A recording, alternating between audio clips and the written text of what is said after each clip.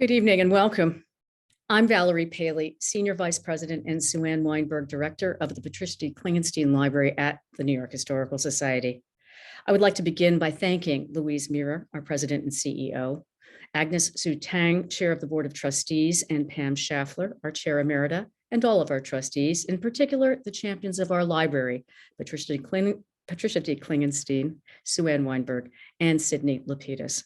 We also acknowledge the generosity of the Mellon Foundation, the Robert David Lyon Gardiner Foundation, Helen and the late Robert Appel, and the National Endowment for the Humanities, along with our Chairman's Council, our members, and our many other donors.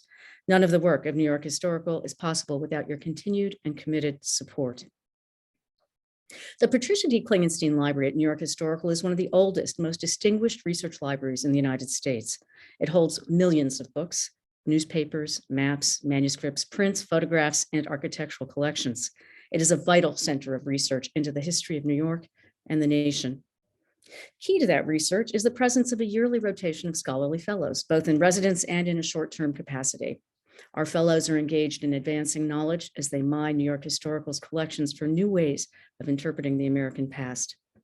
We are most fortunate to have them in our midst. Tonight's program will give you just a small sense of the quality of work that is being done. Now, looking New Yorkward, when New York became the Big Apple, will last approximately 45 minutes, including 15 minutes for questions and answers at the end, which you can submit via the Q&A function on your Zoom screen at any point during the presentation. The chat function has been disabled, so please do make sure to use Q&A. After the presentation, we will get to as many questions as time allows.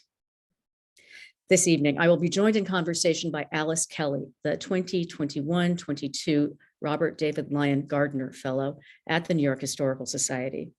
She received her PhD in English and American Literature from the University of Cambridge and is currently in a teaching position with the University of Warwick. She is the author of Commemorative Modernisms, Women Writers, Death, and the First World War, and a critical edition of an Edith Wharton manuscript she came across at the Beinecke Library at Yale, Fighting France. Welcome. Thank you, Valerie. So Alice, your wonderful project argues that in the early half of the 1920s, particularly the years 1923 to 25, New York came into its own in cultural terms. It's when we see the deliberate creation of a specifically American literary and public intellectual culture. This is when the rest of the United States and the world began to look, in the Theodore Dreiser's words, New Yorkward. Set the stage for us. What was New York like in these particular years? And why did you choose to focus on this particular time period? Yeah, thank you for that great opening question, Valerie, and thank you to everyone in the audience for being here. I am thinking about these years, 1923 to 25, as a kind of cultural moment. Now, every year in New York history is interesting. You know, something exciting happens every year in this great city. But for me, these particular years show this remarkable confluence of political, social, cultural factors that show New York becoming the capital of the 20th century, the capital of the world. And we can imagine what it was like for people in this period, this kind of density of new sights, new sounds, new forms of experience. And I'm sure as I'm talking, the audience are thinking about those images we have of the Roaring Twenties, of flappers, of bootleg booze, of speakeasies. And what I'm trying to do in this project is to go beyond those kind of stereotypical images and think about the literary and cultural networks that facilitated the Roaring Twenties, that came out of the Roaring Twenties.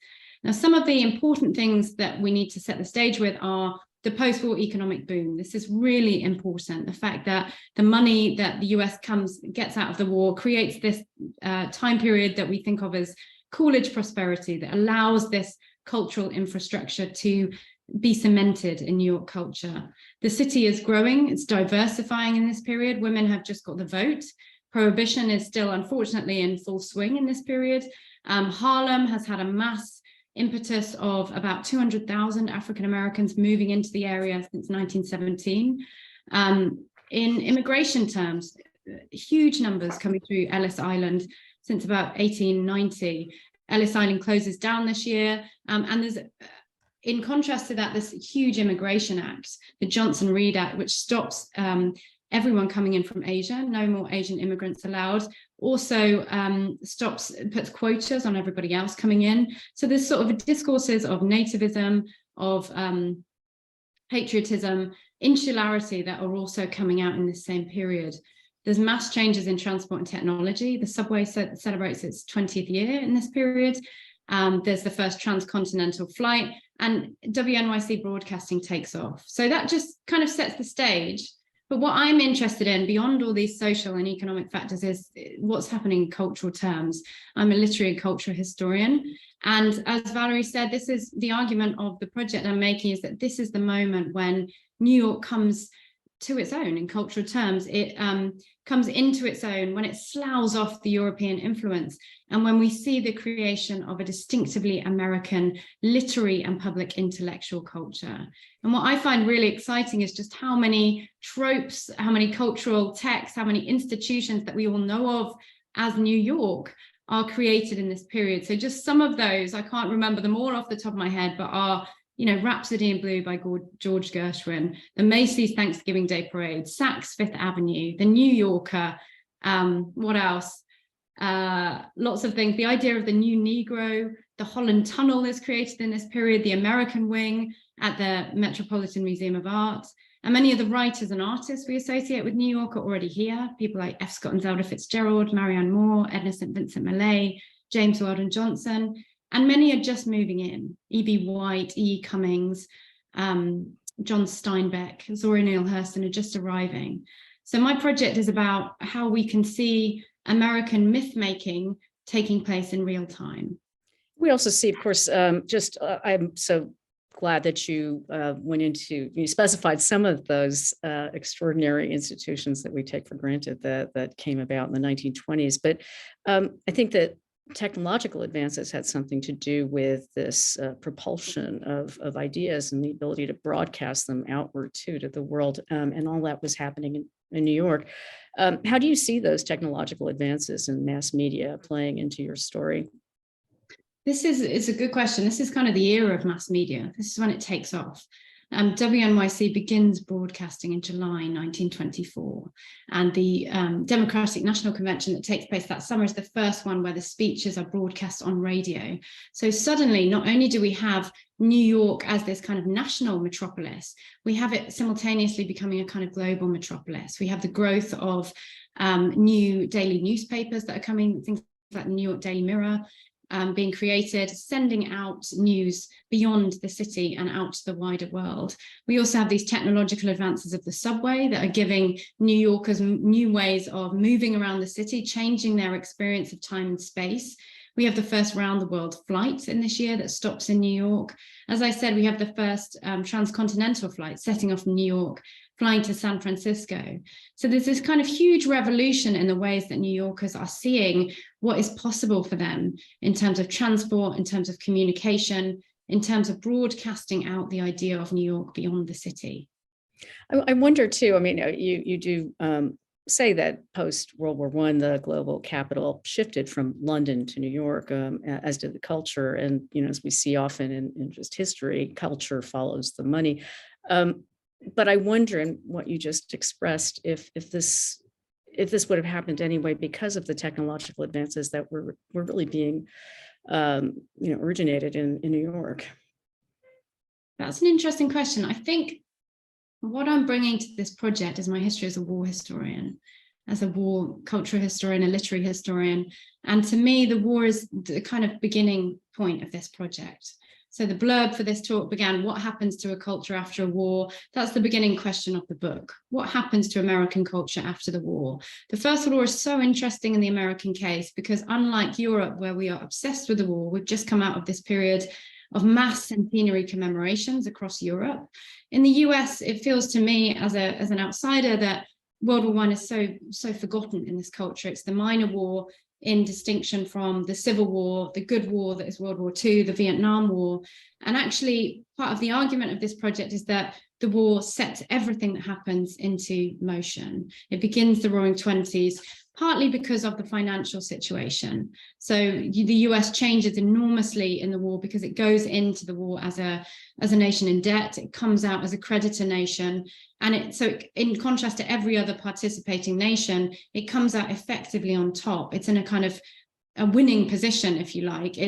And although there's an immediate post-war recession, quite rapidly it turns into this mass money going into the cultural infrastructure. As you've talked about, Valerie. Valerie does very interesting work on how the cultural infrastructure is set up in the 19th century through major public institutions. What happens in the 20s period is that we suddenly have this new influx of cash that allows these cultural infrastructure to kind of develop even further. The other thing that the war does, and this is perhaps the more important thing, is that it gives the US a new position on the world stage. Woodrow Wilson and everything that happens at the end of the war, even though it's only 19 months, it's a very short war, it completely transforms the way the US is perceived on the world stage, and the other nations recognize it. So there's a reason, and this is the reason, that England, the UK, for example, has an Empire Exposition in 1924 and 1925 to try and kind of reassert its position on the world stage, in contrast to this new superpower that the US knows it is. And what's so important about New York and the World War is that New York is the state that gives the most men to the war effort. It's most felt in New York, we can argue. And so about 500,000 men go from New York, 14,000 men are killed, and there's a huge wave of new memorials to remember those people. Yeah. And how did New Yorkers remember the war during the early 1920s? I find this really fascinating. Although we think of the war now as, a forgotten war, that's a kind of truism of the war. In the 20s and 30s, my friend, who's a First World War scholar, Stephen Trout, who I think is in the audience, calls American remembrance in this period at its most supercharged. And there's this huge effort to remember the sacrifice of these men. My personal favorite memorial is the Abingdon Square Doughboy. This is a very small triangular park in the West Village. I'm sure some people in the audience know it. And it has a doughboy in the center, and that doughboy was put in place in 1921 at the behest of the community, and 20,000 people went to that opening. It was an enormous ceremony for a tiny park. These doughboys went up all over the city. There are famous examples. One is Gertrude Vanderbilt Whitney's statue, the bronze sculpture that is the Washington Heights Inward Memorial. That went up in 23. There's also the Eternal Light Flagstaff that burns at Madison Square Park. That was funded by Rodman Wanamaker, who's the department store heir, who also lent his Rolls Royce for the ticker tape parades for the people who came back, the veterans, in 1919, 1920. So it was remembered in memorial terms all across the city. What I'm interested in cultural terms is that many of the writers and artists that we think of as New York modernist writers were veterans. So one interesting example is many of the Algonquin Round Table people were veterans, noticeably the New Yorker founders, Harold Ross and Jane Grant. Harold Ross was in the US Army. He wrote for the US Army magazine Stars and Stripes. He met his wife, Jane Grant, who was in the Red Cross ambulance, and they came back and they founded the New Yorker. Other interesting examples are things like the most popular play on Broadway in 1924 was What Price Glory. This had a run of a year. It was incredibly popular. It became a film in 1926. It was again written by a veteran, Lawrence Stallings and Maxwell Anderson, and it was enormously popular. And there were texts by writers who weren't veterans. Another favorite is the idea of Willa Cather, who wrote the novel One of our famous American World War I texts. She was writing that while she was in her apartment at 5 Bank Street, and in a building that's now demolished, and that won the Pulitzer in 1923. So the war was omnipresent in the culture of the 1920s and 30s and underlaid all of the literature and culture that we think of as the Roaring Twenties, down to Jay Gatz, the war veteran that Fitzgerald is writing about when he's left New York in spring 24. So we see such a litany of New York isms and culturally in what you just said. But how does that emanate outward? How are ideas about Americanism and what is American part of your work? That's interesting. So the discourses of Americanism are, to my mind, crucial to this period. So it's about how do we define what is American, what is the literary canon, what is American culture in this period. And some of the more negative ramifications of that I've talked about, like the Johnson-Reed Act, the idea of some people are American and some people aren't. But the rhetoric of Americanism was being deliberately played with, very consciously played with in culture. One of the examples I look at in my work is the American Mercury. This is a new magazine started in January 24. F. Scott Fitzgerald thought it would be the most hotly anticipated event of 1924, edited by H.L. Mencken and George Dean Nathan, the theatre critic, fresh from their departure from the Smart Set. And they very consciously wanted to, in their editorial, they talk about thinking about American problems, American personalities, and American ideas. It's very much about defining the American. And they're coming out of a publishing culture, a literary intellectual culture, also involved in defining the American. Some of this was through new publishers. So Knopf starts in 1915. Simon & Schuster Norton is 23, Simon & Schuster is 24, all happening around this period. There's new bookstores. The only one that exists today, sadly, is the Argosy, which started in 25. There's also new magazines. So Time magazine starts by Henry Luce in 1923. The New Yorker famously starts in February 25, all thinking about what is American, what is the American. And this goes beyond New York, right? So this idea of what is American is happening elsewhere.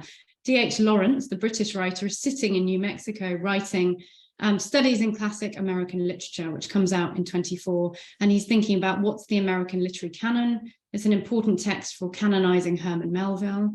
William Carlos Williams, a bit closer to home, spends his sabbatical in 23, sitting in New York Public Library, writing his alternate history in the American Grain, which comes out in 25.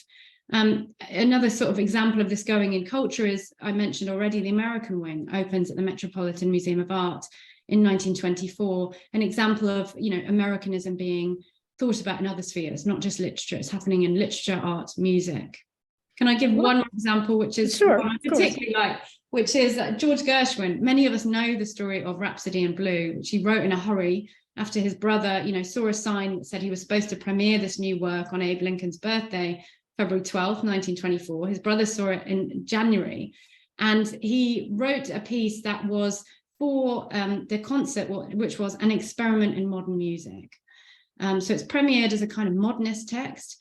My work in the archive has shown that within 2 months, it was encoded as American. So the MacDowell Club, which is the legacy of that now, is the MacDowell Colony in New Hampshire. The MacDowell Club invited him to a concert in April 1924 under the rubric of an evening of American music. And it seems to me that, and as we know now, it's now the anthem of United Airlines. It's become canonized as a kind of American tune. And he seemed to somehow know that, George Gershwin, the immigrant. He initially called it American Rhapsody. And so it became Rhapsody in Blue at the bequest of his brother, but it was originally American Rhapsody. It's interesting because when one hears some interpretations that allegedly or supposedly hew closer to the original way it was performed, it does sound way more jazzy than symphonic. Yeah. That is so emblematic of this period. And I just want you to stay thinking along those lines, because there are ideas about, well, certainly all the figures that you have, many of the figures that you just mentioned are associated with the Bohemian movement. And with that comes the modern, the experimental. How do these ideas present in your project? So at the moment, I'm thinking about Greenwich Village. I've been sitting in the archive reading magazines like the Greenwich Village Quill, which are all about thinking through the idea of the Bohemian. And we tend to put the Bohemian in that category as Greenwich Village, the aesthetes who were there. In fact, they were very consciously playing with the idea of the Bohemian. They had articles in these magazines about what is Bohemian, are we Bohemian, very kind of laughing at this portrayal of themselves in wider media and in the guidebooks I think about as Bohemian. But there were, certainly incredible experimentalism happening in the village, all within a very small space. And I'm very grateful to have lived there for the past year and to have been able to walk these streets. Marianne Moore was at my local library, the Hudson Park Library. She was a librarian there. when she won the Dial Award in 1924. Edna St. Vincent Millay lived on Bedford Street, as many people know. She wasn't, in fact, involved with the founding of the Cherry Lane Theatre, then Playhouse, as I thought she was. That's a kind of myth about this period that is interesting, has been retold and retold, that isn't actually true. I learned that from Holly Pepe, the founder of the Millay Society. John Dos Passos is a few blocks north. He's on Bank Street, along with Willa Cather, writing Manhattan Transfer, which comes out in 25. And E.E. Cummings comes back from France, another veteran writer, in September 24. He's just written his war memoir, The Enormous Room, which comes out in 22. He's been in Paris. He comes back and he moves into Patchin Place, opposite the Jefferson Market Library, and starts writing those incredibly experimental poems. And it wasn't just Greenwich Village. Some of the records I've been looking at in the archive show that these experimental ideas were moving outwards. And this is what I'm interested in at the minute. So the Wednesday Club were a group of society women, essentially, who met on the Upper East Side, but invited speakers to come and talk to them about interesting ideas. They met every Wednesday. They hosted Margaret Sanger in April 1925. They hosted debates on things like marriage versus a career. So these modern ideas, these experimental bohemian ideas, were very much going beyond the village. Although I am partial to the village, having grown up there, and I have a very visceral sense of what you're speaking of. And in many ways, growing up and walking those streets as I was growing up did affect deeply my desire to become a historian. And I see you caught the bug as well. So you touched on your sources, and obviously I'm very interested in that because of the library from which you got those sources, New York the Historicals Library. Tell us more about these guidebooks in particular. I know that there was some really interesting observations you made using those as your sources. So the guidebooks are one of these wonderful examples of archival stories that you're not expecting. On the first day in the Patricia D. Klingenstein Library, I hadn't ordered my sources in time. Many scholars will respond to this. And they said, we can't get them until next week. So I said, right, I have to find something that's on site. And I hastily typed into the library catalogue, New York, 1924, trying to work out what to look at. And I pulled out a guidebook. And the guidebooks to the city then preoccupied me for almost 6 months. They are completely fascinating. I've read as many as I can. They're much like the guidebooks that we have today. They tell us, where to go, what itineraries to follow, which day trips to take, where to visit in the city. Some of those things are exactly the same as we have today. Some of them are fun because they're what was new then. So they encourage people to go up the Woolworth Tower, which was the tallest tower at 987 feet, to go to the newly opened Riegelman Boardwalk on Coney Island, to go and see the aquarium, which was then in Battery Park. But what's so interesting to me is they're about how the city was being presented, both to locals, to native New Yorkers, and to those coming from further afield, whether that was broader America or whether that was the wider world. So they're about the stories that New York was telling about itself. And many of all of them, in fact, tell us that this is the superlative city, that it is the grandest city, the most magnificent city, the greatest city in the world. And in fact, this wasn't just puffery, right?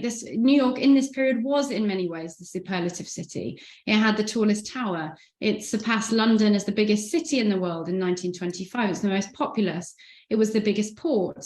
It had the biggest baseball stadium, which was in the Bronx, opened in 1923, Yankee Field. It was Yankee Stadium. It was the biggest, the grandest in many ways. And what these guidebooks do is they created and consolidated tropes about the city that exists today, that continue today. So Empire City, the city that never sleeps, the Big Apple. And they are telling us about the burgeoning tourist industry. So they are a product of that. The fact that the railroads have been created in the 19th century made travel to the city easier. The hotel industry is booming. There's a tourist infrastructure being created. The guidebooks are a product of that, and they help to consolidate and create those tropes of the city. And it got built into culture. So Coolidge, for example, designated Lady Liberty as a national monument in 1924. He was very wise to do that. The idea of the Big Apple, I'm going to go back to that, is not from the guidebooks. It comes from a newspaper column in 1924 around the Big Apple, where there's a slogan of an apple with the city skyline within it. And the author is referring to the biggest and best prizes for horse racing, but this became transferred onto the idea of New York as the superlative, as the biggest and the best, the Big Apple. And sorry, I've got more to say. Can I keep going, Valerie? Oh, please. I mean, I'm charmed by the New York exceptionalism, which I subscribe to, and certainly many New York historians do. But it's wonderful to hear it coming from you, who clearly do not have a New York accent. I think in many ways it was validated in this period, as I said, as the superlative city. But what was interesting, and this is not my idea, this is a critic, Art Blake, who wrote a very insightful book. He talks about the idea of New York being branded as American and un-American in this period. So it had to be both the kind of American city, the most American, and it also had to be sufficiently exotic for people to want to come and visit. And we see this in the ways that different guidebooks present the neighborhoods. One example is Harlem. Harlem is not really presented in this period because it's not yet a tourist attraction. The Lower East Side and Chinatown are presented as both dangerous and exciting. They're where you go to see the slums of New York, but they're also where you're careful not to get your pocket pickpocketed. And there's a kind of exoticism in that, in the danger. Another example is Greenwich Village, again presented as either a kind of bohemian haven for artists or a penniless place full of starving artists where nobody wants to go. And that depends on the politics of the author who's writing the book. Some of the authors of these were their official guidebooks, so presented by the state or by hotel associations. Others, which are almost more interesting to me, are written by enthusiasts, New York enthusiasts. One of my favorite is Henry Collins Brown, who was a Scots-born New Yorker who was fascinated by the history of the city. He wrote a number of these guidebooks, and he set up the Museum of the City of New York in 1923. So very interested in giving the story of the city, telling the history of the city. After our own institution, New York Historical, was set up in 1804. And the last example I want to give is one that is not a guidebook, but is again involved in telling the story of New York to the American people. This is a good example of someone who's been forgotten. O.O. McIntyre. He was one of the most famous columnists of his day. I'd be interested if anyone in the audience knows him, maybe they know his name. He wrote a column called New York Day by Day for 25 years. It was syndicated in 500 newspapers in every single state and in Mexico and in Canada. And he told the story of New York. He told about his adventures in New York. But what's so interesting about O.O. McIntyre is that he made a lot of it up. So he didn't mind if you put Brooklyn next to Queens. He didn't mind if the stories he told had no factual accuracy, but it was received and beloved by people outside New York as like a letter home. He was explaining New York to the American folk writ large. And the people said that in his heyday, which is exactly the period I'm looking at, you could write a letter to New York and just title it O.O. New York, and it would reach him. He was that famous. And he was, like his name suggests, Oscar Odd McIntyre. He was quite a strange person. He didn't actually go out into the city very much. He lived in a majestic hotel where he wrote the PR for the hotel. So he was a PR man at heart, which explains how he could sell the city. And he only left the hotel at night in his chauffeured Rolls Royce. So we can imagine he's not really giving us a true presentation of the city, but it was hugely influential in the ways that people outside the city saw New York. Great. We are going to open up to questions in a minute or two. I have one more question first, but please, those in the audience, if you do have questions, start submitting them to the Q&A function. We're on the topic of sources, Alice, and your methodology, and I'm just curious what the advantages and disadvantages are of studying a particular set of years. And we see how deeply important these years are just in the last half hour as you've been speaking, but how does that feel, writing this kind of microhistory that just really hones in on a very specific moment in the city? I think I'll jump in with the disadvantages first, that it can feel like you're making a case for a certain period. We know of books, maybe year-long biographies that tend to shoehorn things. And I don't want to pretend in any way that, it began in 1st January 23 and ended in 25, and that was it. History doesn't work in that way. History changes gradually and things change over time. But one benefit of studying this period in a short space of time is that it allows me to really immerse myself in a culture and to see what are the connections between people, what are the literary and cultural networks, living on the streets and walking on the streets and seeing how people did this, how for example, magazines were created in Greenwich Village, exactly knowing the addresses where those people lived and imagining the kind of interactions that is enabled by microhistory. And for a city that's so enormous as New York, you know, there's so many ways we could go with this. In some way, demarcating a time period enables me to do a kind of deeper dive than if I were looking at the 20s, as other wonderful histories have done. I mean, my kind of heroine text is Anne Douglas's Terrible Honesty, where she takes on the entire decade. I'm in awe of that, really. Taking on, you know, 18 months to 2 years is enough for me, focusing in on a very small period. Well, there certainly was a lot going on in that period, for sure. Absolutely. I wonder if actually, if you got to look at the one thing that is a wonderful treasure in the Patricia D. Klingenstein Library are the phone books from New York City, and just Very interesting. throughout time from the 19th century to, I guess, the present, or at least you know, these like big phone books. Fascinating to see who was. You should, before you leave. I should. I mean, do you bring up a point, which is just there's so much documentation. Once we're thinking about modern history, everything is documented. Even the guidebooks tell us where the important personages lived, down to their address. So although New York is a city in change, obviously, some of the guidebooks complain that they've changed, the city has changed so much since the last edition, they've had to rewrite the entire thing. There's still, you know, this enormous paper trail. And that's where the New York Historical is so wonderful, that we have everything. We have everything that we could think of. It's in one of the records that we have. Well, and it's terrific that you're doing this deeper dive that does help you more than scratch the surface of what's there. Absolutely, and that's the benefit of a long-term fellowship like this. Yeah, thank you. We're delighted to have you. And there are many questions that are coming up on the chat. So let me start with first one, which contextualizes this period in a broader sense. Did the progressive period's advocacy have an impact on the cultural infrastructure, i.e., you know, women voting, social service delivery, local politics, the general rights of the public? Did you encounter this? I think it definitely did. I mean, the key example I'm going to go to is Jacob Riis. I think just the idea of what are human rights? What do we owe to people? Even for, you know, for anything problematic that's in Riis about the way he depicted immigrants or people on the Lower East Side, there was this absolute drive towards helping people, to creating charity organizations, to building up what is acceptable for kind of human living conditions in that earlier period, in the progressive era, that made this higher standard of living potentially possible for a wider variety of people in the 1920s. I'm not claiming it was in any way a haven. There were many people who fell out of the map, not least veterans, when they returned from the war and didn't find the haven that they wanted.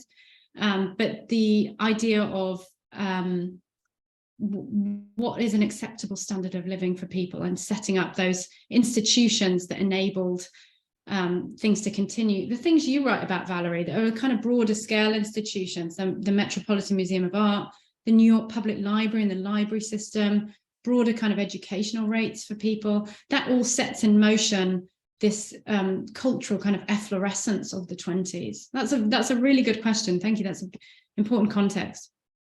Here's a question that actually I was going to ask, but so I'm delighted to see it in the chat. You're telling a story about modernism and the idea of looking forward, but there are elements of your project that are about looking back. Can you tell us a bit more about that? Yeah, it's really fascinating, actually. This is, I wasn't expecting to find this so much. I thought this would be entirely a story about American modernism, and how wrong I was. You know, part of this way that we tell a story of a city is to create a history. And much of what I'm finding is that there was this active creation of cultural memory, active creation of a usable past, to use a very common phrase. And the question here is, how did New Yorkers in this period understand the idea of history and of heritage? So some of the ways that that's come out in my research so far has been the creation of invented traditions. So my favorite is Macy's Thanksgiving Day Parade, which is a wonderful example of an invented tradition meeting straightforward capitalism. You know, it's a wonderful kind of commingling of those things. The Washington Square Park Holiday Tree begins in 1924, another invented tradition. There's new archives of cultural heritage. The Morgan Library is designated as a public place in 1924. There's also these new museums. So as I said, the Museum of the City of New York is part of this movement towards creating cultural heritage, creating history. There's also this absolute fascination with anniversaries. I don't know, I'm trying to work out if this is the same in other periods, but in 1924 alone, it's the 20th anniversary of the subway. It's the 100th anniversary of Fifth Avenue. It's the 400th anniversary of Verrazzano discovering New York. It's the 25th anniversary of the consolidation of the boroughs. So there's this huge silver jubilee. Sorry, that's actually 1923. But there's this incredible kind of commemorative activity that's happening that brings with it commemorative dinners. We have all the menus at the New York Historical Society, which is why I know about this, commemorative volumes that I've been reading. And the ways that this comes out in culture is interesting. So people like Edith Wharton, who's one of my favorites, is writing, she writes a book in 1924 called Old New York, which is, she hasn't been back to New York for years, but she's thinking about New York still. Theodore Dreiser writes a book called The Color of a Great City, And even today I was thinking about Gatsby. I mean, Gatsby is a kind of interesting study of cultural memory and the romanticization of someone who was stuck in the past. It's a kind of interesting modernist, non-modernist text. My favorite other example is the person I call Miss Havisham in the East Village. That's Gertrude Treadwell. She was the last descendant of the Seabury Treadwell family. This was in the Merchant's House Museum. She sat there throughout the 20s. She didn't have a lot of money, but even if she had a lot of money, I don't think she would have decided to electrify her house. So it's fascinating to think of her sitting there in the dark, sitting there by candlelight, while all the kind of modernist bohemian activity is happening just a few blocks away in Greenwich Village. Some of the kind of diversity of activity that's happening in the city in this period. That's a wonderful comparison, and certainly the old Merchant's House is still stands and is a wonderful museum. Everybody should go. Yes, one of my favorites. I think also, just to mention the Museum of the City of New York, established in this period somewhat in reaction to the very antiquated 19th century ideas that were being just sort of supported by the leadership of New York Historical, which was founded in 1804. So we see a very different sort of attitude about the history of the city in this moment. But some people are asking about the Roaring Twenties and whether or not they were specifically American. What was Europe doing in this period? Interesting.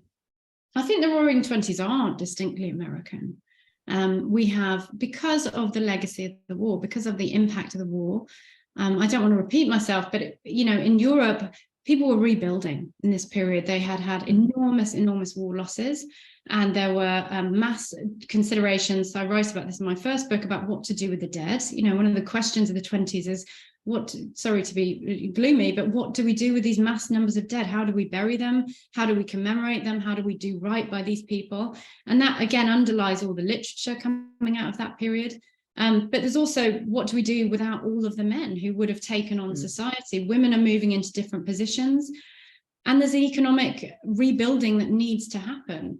The European countries on the back foot in this period. They're not kind of flying high as America is by the 20s. They are still trying to recoup the losses in both manpower and finances that they've lost. So they're not, although there is a kind of perhaps a Roaring 20s sentiment that the war is over, it's very different economically, politically than it is in the US. And they are, as I said, kind of aware of their changing status on the world stage, whereas New York, this is the period when New York, I think, assumes the mantle of we will be the superpower of the 20th century. It's a kind of moment of self-realization, self-actualization.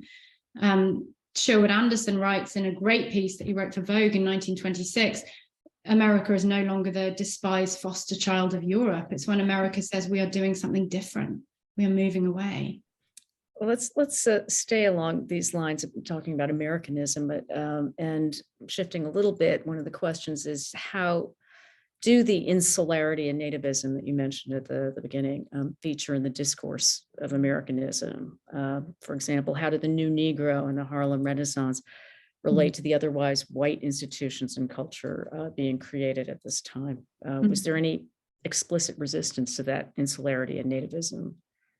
That's a really good question. And I'm glad that somebody's mentioned Harlem too, because I haven't mentioned Harlem. And basically in this period, we have this, to me, it's the most kind of intense period of self-fashioning, self-expression, self-identification in the Harlem Renaissance of the 20th century. This is this fascinating moment when we've had mass migration in the teens, in the 19-teens. You've then had 385,000 African Americans go off and fight on behalf of the US for America in the war, come back, been feted in these kind of ticker tape parades, been feted as war heroes. We think of the Harlem Hellfighters, the kind of joy of those people returning that was then not in any way played out in civic or social rights. And that is a situation where that political and social agitation is inevitable in that period. That is going to come out in some way. Luckily, one mode of that is this incredible creativity that is the Harlem Renaissance in this period. And I'm trying to get around to this question while thinking about everything else. So there's this incredible creativity that comes out in things like The New Negro, that landmark anthology that comes out, edited by Alan Locke in 25. Alan Locke isn't in New York, he's in DC, but most of the writers are in Harlem. There are, an important thing to note about that is that it's illustrated by the wonderful person we've just had at the New York Historical, Vinod Rice, whose New Negro portraits were brought together in this exhibition at the New York Historical this year for the first time since they had been displayed together at the Harlem branch of the New York Public Library in 1925. That was landmark in itself, I think, that Marilyn Kushner was able to do that. There's also many exciting things happening in Harlem. Jean Toomer's Cane comes out in 1923. There's a party in 1924, which is when many people credit it as the Harlem Renaissance going mainstream. It's the moment when it's hosted by Opportunity, a journal of Negro life. And it's when white editors come and meet Black artists and writers, and the Harlem Renaissance kind of goes beyond Harlem. Obviously, too, in this period, Louis Armstrong arrives, right? And jazz is kicking off. He's playing with Fletcher Henderson and Ma Rainey, and there's all that happening. So in terms of nativism, I would say that the intellectual discourses that are coming out of Harlem are discussing internationalism. They are in, I'm finally getting to the question, they're in response to African-American veterans' experience in what they found to be colorblind France. France wasn't colorblind, but it was perhaps more colorblind than America in this period. And people like Marcus Garvey are writing about an internationalism that goes beyond the US, a kind of new state for the African-American that is in line with the rest of the world. So there are definitely global discourses happening. Great answer, Alice. We have a couple of minutes left, and I think a few of our people in the audience are curious about the term "the Big Apple." You talk more about the ad that contributed to that's the city's nickname, and what was it? Where did it appear? And what was the paper? Who was the columnist that coined the term? Let me just think for a minute. It was in the Morning Telegraph. I have forgotten the name. I think it was J.G. Fitzgerald, the author, and it's a sporting column. So that's what's interesting about it to me. It's when I realized it's also about the superlative. The idea of getting the Big Apple is the biggest and best prize. And that's about as much as I know. I need to do a bit more research. It becomes a term in this period purely from that article. I think it's first mentioned in 1920. It titles an article in 1924, and that's the first time we have the kind of logo and it being explicitly identified with the city. So the fact it's an apple with the city skyline somehow consolidates it. This is what's so interesting about media in this period. I need to work out, okay, what was the readership of that paper? How did it come out? I know people mention it moving into Harlem. I haven't yet found anything that discusses this term in this period, so I think it's very much still being consolidated, but it is a trope that sticks with us today. And lots of these, it's interesting to me how good this we can call it a kind of PR machine of these guidebooks, was that the branding of New York is so iconic. The Brooklyn Bridge, Lady Liberty, it's Big Apple. These are tropes that stick with us today. You know, much of my project is about how did New York create itself and how does that continue today? I mean, there's going to be an afterword that's about how did this go on to this period? Absolutely. And I want to conclude by asking you, how does this project fit into the longer history of New York, and what can studying New York in the 1920s tell us about the city today? I think we could almost map on some of the concerns we've been talking about, some of the topics today, to what's happening right now in America. The question of who is American and who isn't, who counts American as American, what is American culture? Those are discourses that are very much prevalent today, I would say. The idea of being fascinated by our history. I think the fact that there are so many people at this talk, thank you for coming, is a testament to our fascination with old New York, with the history of New York City, where we've come from, the stories of New York, the mythologies of New York. One example that hasn't continued today is the legacy of the World War. That's what's interesting to me, that unlike the 20s, when I would say they were fascinated, New York was fascinated by the World War and how to remember it, that has slipped out of the kind of public discourse, the public memoryscape, in interesting ways. But everything else, I would say, continues. You know, the 13 million tourists that come to New York every year are a legacy of that wonderful burgeoning tourist industry of the 1920s that created these tropes, these myths, these stories of the Big Apple. Well, I want to say thank you so much for enlivening those stories for us, and we can't wait to see the finished product of your work at New York Historical. It has been a wonderful privilege to have you working with us, with our staff and with our fellows. And we have unfortunately run out of time. So I want to thank you, Alice. So much. Thank you, Kelly, for being with us today and for being with us this past year as a Gardiner Fellow. I also want to thank everyone in the audience as well. Please sign up for our mailing list and follow us at nyhistory.org to get the latest on upcoming talks like this one. Finally, a pitch for New York Historical, which is currently open Tuesday through Sunday. You can reserve your timed entry museum tickets on our website. We hope to see you on Central Park West to view the exhibitions I'll Have What She's Having, the Jewish Deli, and the Salem Witch Trials, Reckoning and Reclaiming, in addition to our numerous other offerings. Thank you all again, and have a great night. Thank you, Valerie.